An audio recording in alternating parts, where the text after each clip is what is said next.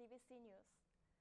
First up, I'm taking a look at the aftermath of a strong earthquake in Taiwan. Here is my report. A 7.4 magnitude earthquake struck off the eastern coast of Taiwan before 8 a.m. local time on April 3rd.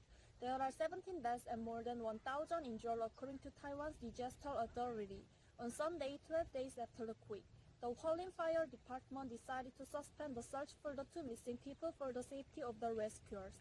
Authorities have urged people in the area to be cautious to prevent further injuries from aftershocks, while experts have suggested that another strong earthquake could strike in southwestern Taiwan. A huge problem is developing between Botswana and Germany. Alison O. Milan brings us more. Tensions are rising in the animal poaching debate, as Botswanan President Mokgweetsi Masisi threatens to send 20,000 elephants to Germany. This threat comes after Germany's environmental minister, Steffi Lemke, released a statement stating that Germany wants to impose stricter limitations on importing animal goods such as ivory. After hearing this, Masisi released a statement in which he insisted that Germany take the entire live elephant if they don't want them killed, since elephants are known to cause damage to crops and property. He went on to say that he would not take no for an answer, as restricting the trade would also impoverish the nation.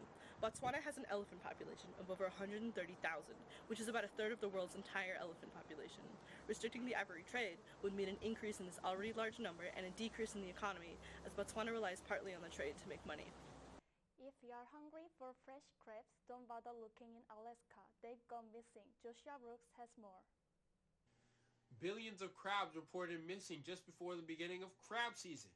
This marks the second year in a row that the harvest season for snow crabs and king crabs was canceled due to the disappearance of these frosty crustaceans from the Bering Sea off the coast of Alaska. The Alaskan Board of Fisheries and the North Pacific Fishery Management Council announced last week that the population of snow crabs in the Bering Sea fell below the regulatory threshold to open up the fisheries.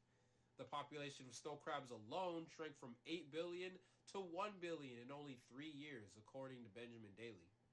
Researchers say that the crabs have either moved to North Russian seas or have unfortunately died. Now for some shocking news from Costa Rica with an unusual cause. Heijun Shin tells us more. In Costa Rica's Pacific coast, the town of Nazara faces a crisis. Their population of palo monkeys suffer many casualties caused by electrocutions. This crisis not only occurs in Nazara, as a phenomenon of monkeys dying also occurs in Tamarindo, a town 2 miles north. These electrocutions were caused by the lack of installation of power transformers and power lines in residential areas.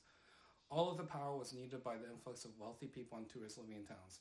A caller reporting an electrocuted monkey described the monkey's hand being on fire and melting before dying, stating that the death was not instant. Veterinary Director for Animal Rescue Sanchez Murillo described the brutality of the injuries of the monkeys to be his nightmares for the last 6 years. Murillo goes on to describe the monkey electrocutions he had witnessed and states that in some cases that when sometimes a monkey screams out of pain, their troop goes to help, causing more monkeys to die. The solution, of course, would be to insulate the power lines and transformers, but that in turn raises the question as to who should pay for it. Speaking of endangered wildlife off the coast of San Francisco, the Marine Mammal Center in Sausalito has been trying to locate the whale tangled in a gillnet. Quinn Ricketts reports. A lone gray whale has been seen off the coast of San Francisco, swimming north in their normal migration pattern. However, not everything in this migration is normal, as the poor creature is entangled in a fishing net. Gill nets, the type in this case, are a kind of fishing net that use hanging panels of netting from floaters or corks, which the usage of is banned along the majority of California's coast. The beautiful blubbery beast was first discovered in its situation on March 22nd, and experts from the Marine Mammal Center in Sausalito have been trying to free it ever since.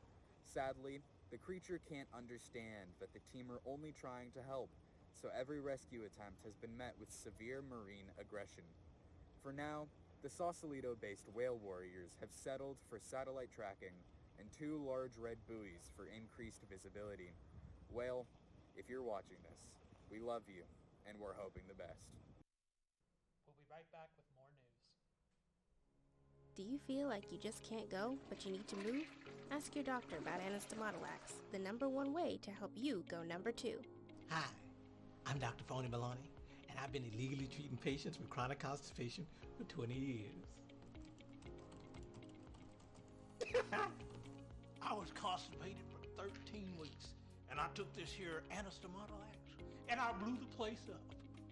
My name is Albumin, and I approve this message.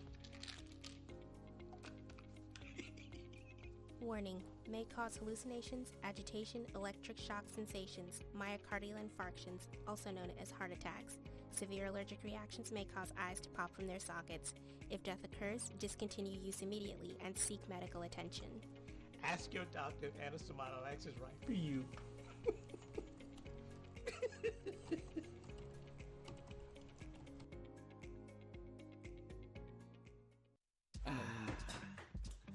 It's so convenient working at home.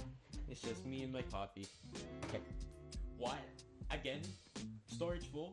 You gotta be kidding me. Are you tired of constantly running out of space on your computer? Introducing the revolutionary solution, the recycling bin hard drive. With the recycling bin hard drive, you'll never have to worry about deleting files again. Simply plug it in and watch your storage walls disappear. Wow, this is amazing. I'll never have to delete anything again. Oh no, even the recycling bin is full. Ah, well, you see, the recycling bin hard drive may not be revolutionary as we initially claimed. Wait a minute, all I need to do was delete some files to free up space? Exactly, smart. Sometimes the simplest solutions are the best ones. The recycling bin hard drive.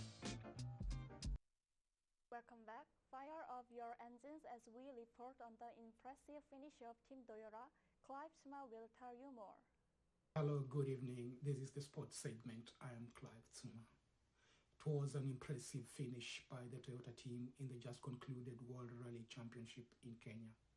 Toyota, led by Kalle Rauvenpera and John Haltonen, maintained a commanding lead throughout the four-day rally. They were followed closely in second position by Takamoto Katusa in a Toyota Gazelle. Toyota's team was denied a clean sweep by Adrian Formax driving an M Ford Sports. Toyota Elfin Evans, Martin Scott took the fourth position. It gives Toyota an impressive 44 wins in what has been termed as the toughest motorsports in the world. The winners were feted by the Kenyan President William Ruto in a colorful reception at the prestigious Hell's Gate Resort in Naivasha. It's camera action. Nicholas Boltz was at the Las Positas Community College in Livermore to tell us about the Las Po Film Festival.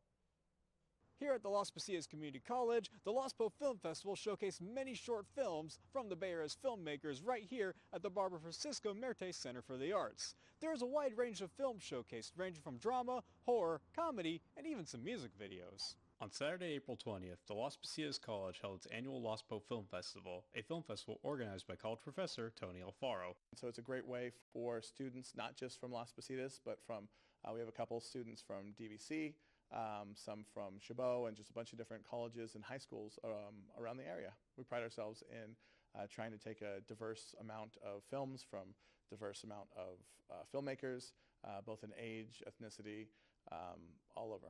There was quite a turnout for the festival, as many filmmakers from all over the Bay Area showed up. Whether it be to see their films or see the films of their friends and filmmaking colleagues, it really brings a feeling of community. I've really enjoyed the films. They've shown me a lot of different creativity that's around the local area, so I'm definitely looking forward to meeting a lot of these people and hopefully collaborating with them. I can't believe how big this turned out. I thought it was going to be like a really chill thing out in the amphitheater. For some, this is their first time, while others are veteran film festival attendees. Either way, everyone had a good time watching the films and just being there. This is actually my first time coming here, and it didn't disappoint. I really enjoyed it. There were so many people who had so many different and interesting films. We actually had one of our films go in there that I helped produce. It was cool to have them watch on screen. I usually just upload them to YouTube. And then I watch it and I show my parents, and that's about all the people that see it. It was really cool to watch it on screen, have everyone watch it, clap, and laugh to it. It was cool. That's never really happened. After the films were presented, there were awards presented for most outstanding films for the best use of certain elements or just overall quality. It doesn't mean all the films that were shown were discarded, as every director was recognized for their efforts. Now, some of the most notable films for me were a comedy film parodying Breaking Bad, a horror film about a ghost who kills people by turning them into photos, a comedy about a pizza delivery man, and a tragic story about love and loss. This film festival can be very inspirational for the artists in all of us. So, whether you're an amateur or an experienced veteran, As long as you have a video camera and an idea, there's nothing stopping you from making something great. This is Nicholas Bolts of DVC News, reporting live from Las Positas College, Livermore. We will be right back.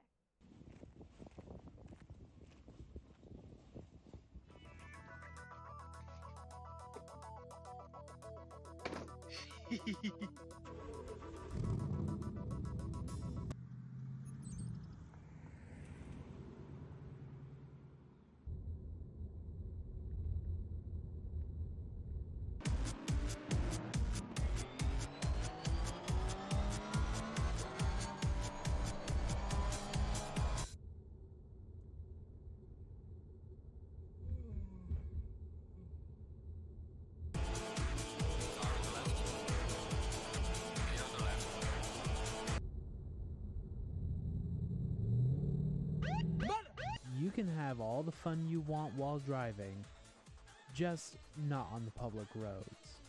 Drive responsibly. Sim race maniacally. A message from the NHTSA. In other local news, there is a special anniversary being celebrated in the East Bay. Brittany Story brings us the details.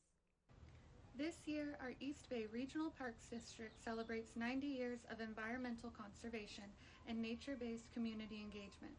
To commemorate this milestone, special events and programs are planned throughout the year, including a monthly Explore Your Parks Adventure series, a birthday celebration, and a new Trails Challenge guidebook.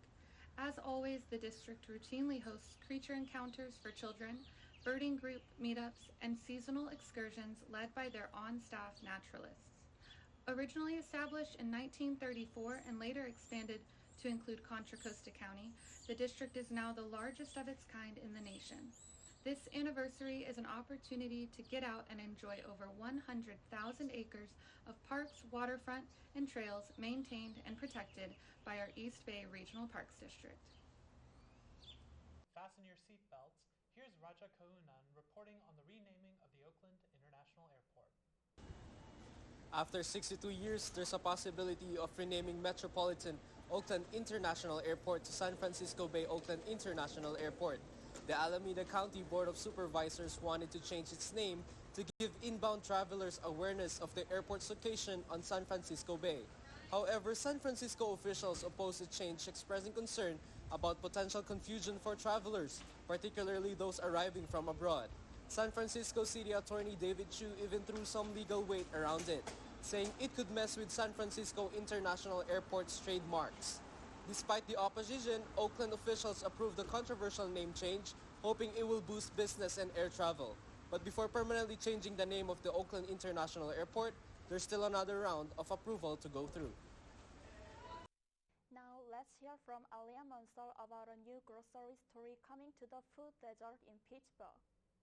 Construction is underway for a new Sprouts grocery store in San Marcos, Pittsburgh Bay Point. This will be the first organic grocery store coming to the city. Currently, there are no options at all within walking distance of the roughly 13,000 residents in this part of Pittsburgh. This project comes after an outcry from the locals and city officials who are unhappy with the lack of healthy food options in the area. Construction is set to be completed this August. In the meantime, everyone will have to travel or make do with the crispy, crunchy chicken across the street. More news after these messages. Hippie Haba, Tokia straw, the Panama hat, made from Carludovica palmata. It's been around since 1835, when Manuel Alfaro arrived in Montecristi and made his fortune in the hats. In my hands here is a Panama hat classified as a fine weave. The Tokia hat was added to UNESCO in December of 2012.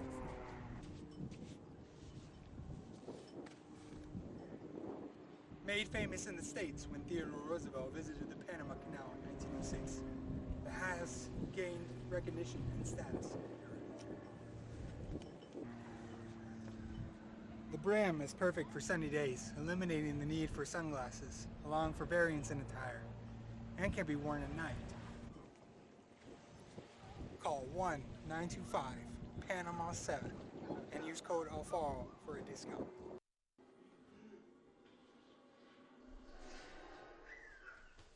Dude, look, so cool, right? Oh no, yeah, that's really cool. Yeah. Luke, They died. Like Chads. You know what? I don't know what's the point anymore. I'm just gonna like shut this off. What? No, I love this. Love this. Has this happened to you? Does your friend spout brain rot nonsense in your every social interaction? I have to use the skibbity toilet. I'll be right back.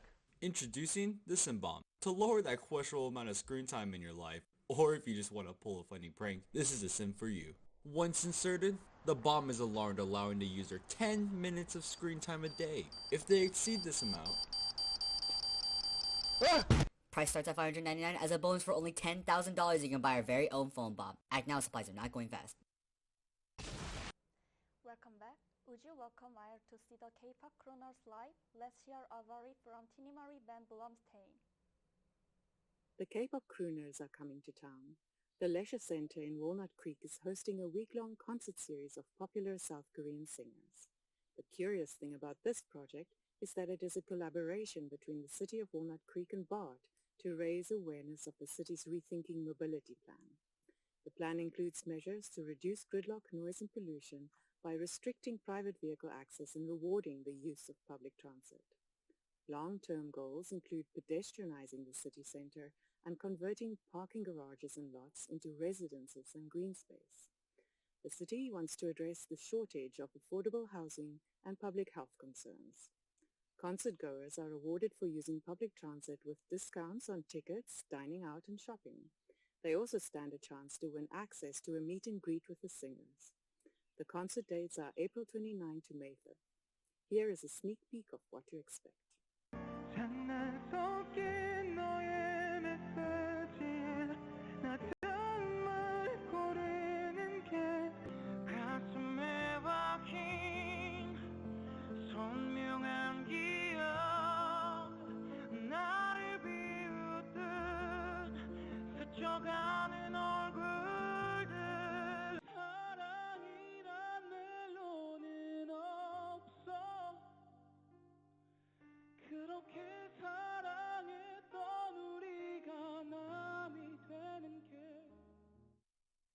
Tonight, DVC News brings you a special report from one of Walnut Creek's most unique and unheard of attractions. Diego Alfaro has more.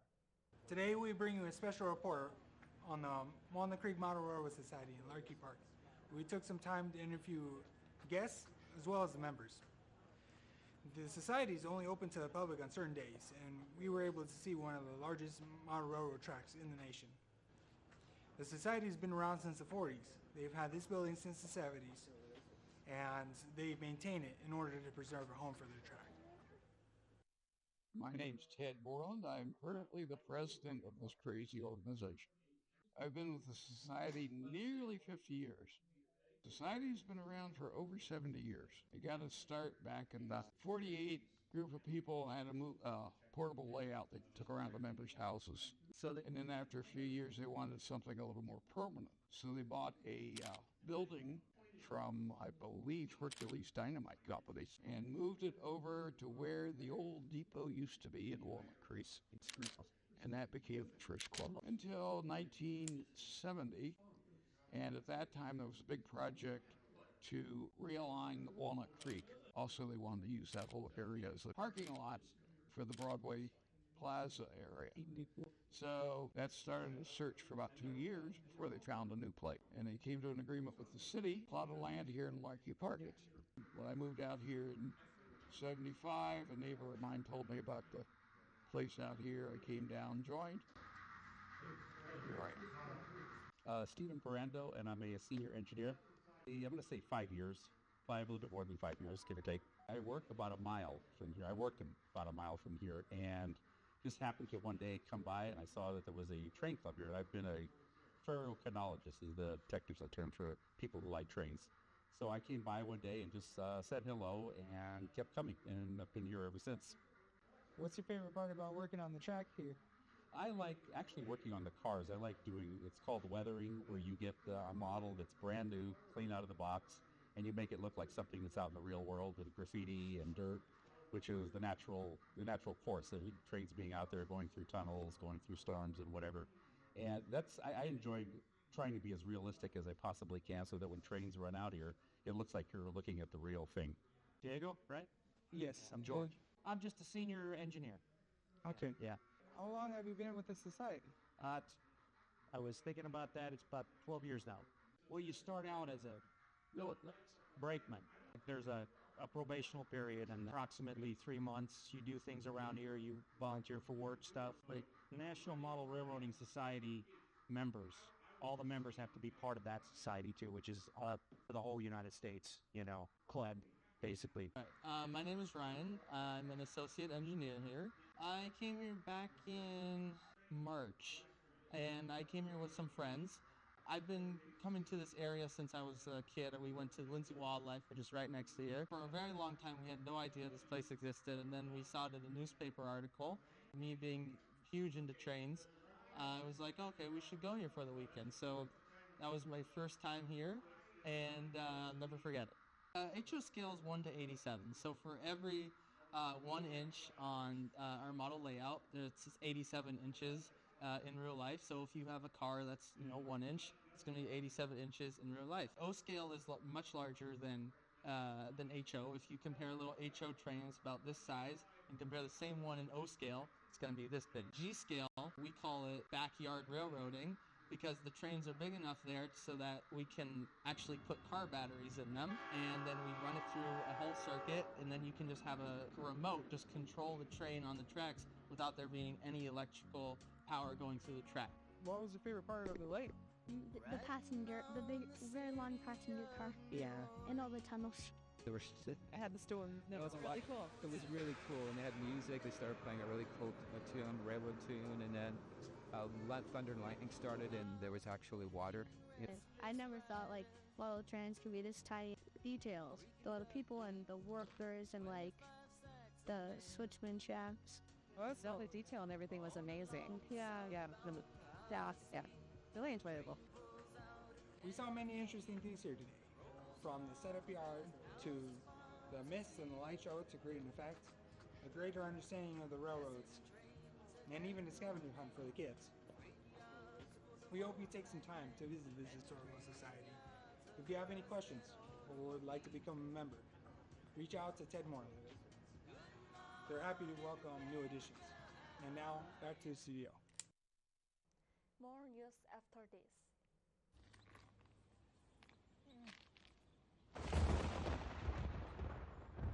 Who the hell is that? Who's out there?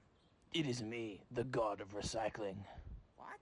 Yes, here to tell you about your recycling problems. What's that supposed to mean? It means that you need to be better about saving the environment. Do you know that the plastics that people throw away take thousands of years to decompose? They create monsters, such as bottle monsters.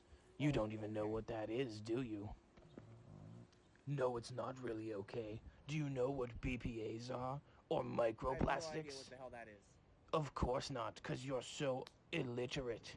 Microplastics destroy half of our ecosystems and are dangerous to our plant life. Okay, I'm clean. And for every bottle you don't pick up, a new bottle monster is made. Oh, hell no. Remember to recycle. Welcome back. Love is an algorithm. Well, at least according to a Stanford study, Georgie Wells reports. Started by two Stanford students' economic project back in 2017, the Marriage Pact is a project that strives to match up young college couples with similar interests in the hopes of making a romantic match. Once a year, students from over 90 colleges around the United States fill out a quick survey that is then put through an algorithm. Once the results are calculated, the algorithm presents the lucky couples with the name of their match and their percentage of compatibility. While there may not always be a perfect pairing, as some just enter for fun, some couples have found long-lasting relationships that have even led to marriage. What began as a simple economic experiment has blossomed into a way to form meaningful connections aided through a growing technological landscape. Are video games on the decline? Let's find out with Jason Burns. When you buy a game, you think you own it forever, which has always been the case. Recently, Ubisoft pissed off a lot of people by deciding to pull the rug on the video game The Crew, leaving gamers with an unplayable game. This was the final straw. As we speak, gamers are organizing a campaign advocating for fair treatment for consumers. plus a petition for protecting gamers from unlawful practices such as ownership, microtransactions, exploitative DLC practices, and the lack of transparency. There aren't any laws protecting consumers from this, which has given these publishers the chance to get away with this for years. As to what is to be expected from all of this, it's still up in the air. We will just have to wait and see in the next upcoming weeks to see how this will unfold. O.J. Simpson has passed. Timothy Whitworth brings us more on this story. In more serious news, we have now learned that O.J. Simpson has passed away from complications with cancer as of April 10th.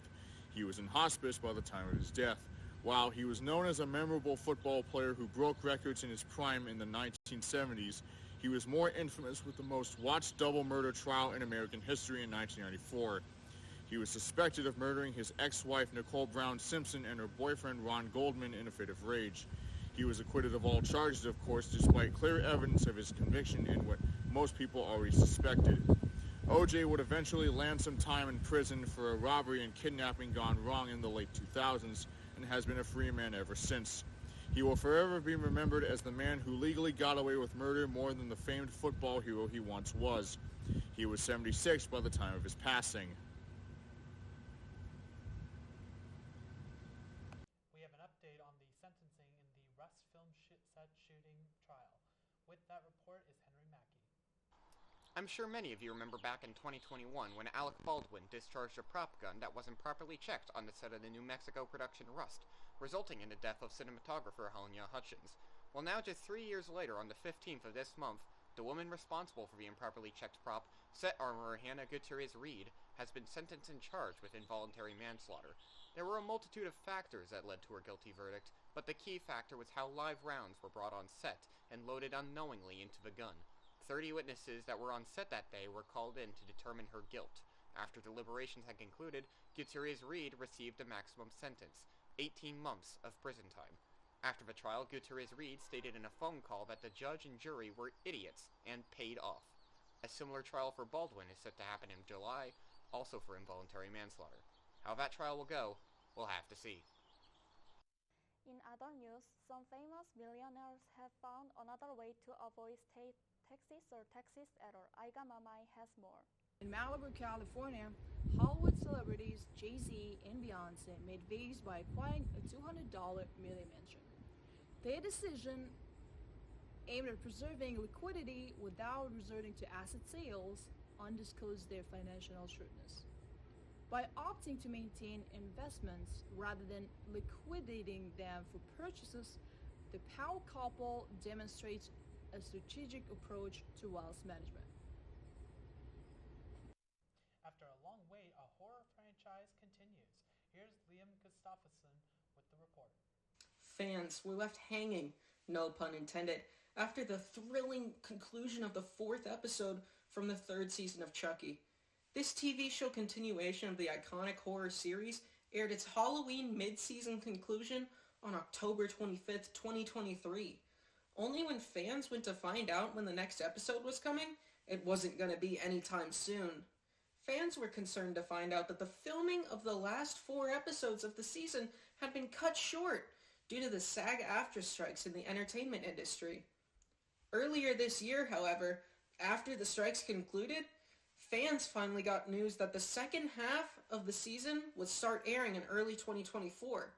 Now, after the long wait, the episodes have finally started airing, and all the fans can be left wondering again is, wait, how many F-bombs has Chucky dropped this season? I personally can't wait to see where showrunner Don Mancini takes this new season of this thrilling franchise. While we are on the list of great films, maybe this one deserves to be on the list. Tess Felix thinks so. Here's Tess to tell us about it. Here at this theater and many more across the world, fans of the Shrek franchise got to experience Shrek 2 on the big screen yet again. DreamWorks decided to release the film in all of its glory for the 20th anniversary. Myself being a Shrek fan, I couldn't waste an opportunity to come celebrate. So I grabbed some snacks and headed down to enjoy a night full of comedy and nostalgia. There I also witnessed families bonding and creating heartwarming memories. As I walked out, I felt like a kid again. Money well spent. Shrek is love, Shrek is life. That's all the time we have, so that's the news. I'm Justice Casper. Good night.